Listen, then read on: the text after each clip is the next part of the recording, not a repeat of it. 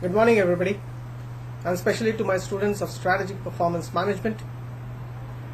In this video, we examine the recent cabinet reshuffle of Shri Narendra Modi from a strategic performance management perspective. The idea is to see if we can apply an existing theory or develop some new theory which will allow us to generalize and gain some insights. Now there are two possible interpretations to this cabinet reshuffle. The first is that it is a simple strategic realignment of key personnel. The second interpretation is that it is both a performance feedback and reassignment of personnel based on performance, which of course has bearing on the coming elections. Now let's take a look at the timing of this reshuffle. It has been almost 2 years since government took over in 2014, and it's nearly 2.5 years before the election year, not counting the months of 2019.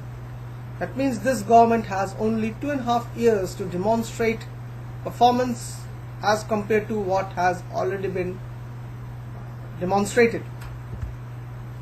Now, given the target audience, we are trying to look at strategic issues and we are trying to look at leadership issues.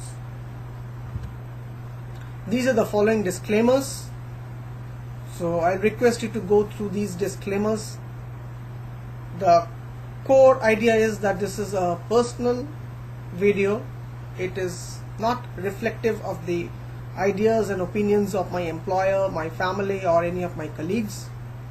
And we are not criticizing any individual. We are trying to gain some insights from the actions and decisions of very powerful people and very favored people, favored by destiny, so that we can apply it in our small spheres of activities.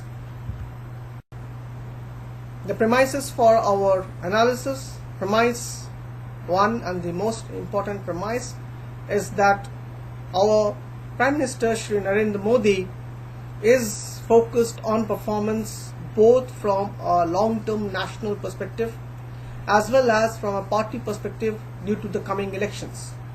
Premise 2, that this reshuffle reflects a certain dissatisfaction with the existing performance of ministers, and this is supported by certain media reports. One of the examples have been taken. If you look at it, the key word performance is quite prominent in that article. If you go through the article, you will find it comes multiple times at different positions. Now, we don't have any data about the internal party dynamics or whether it's a strategic realignment of resources, so we do not adopt this perspectives for this analysis. So the question which guides this analysis: what went wrong in these ministries, or if one could turn the clock back, what should these ministers have done so that this performance review and performance realignment would have been more positive? And this is a question any new post holder would face, particularly in positions of leadership. And nearer one is to the apex of organizational hierarchy, the more vital this question becomes.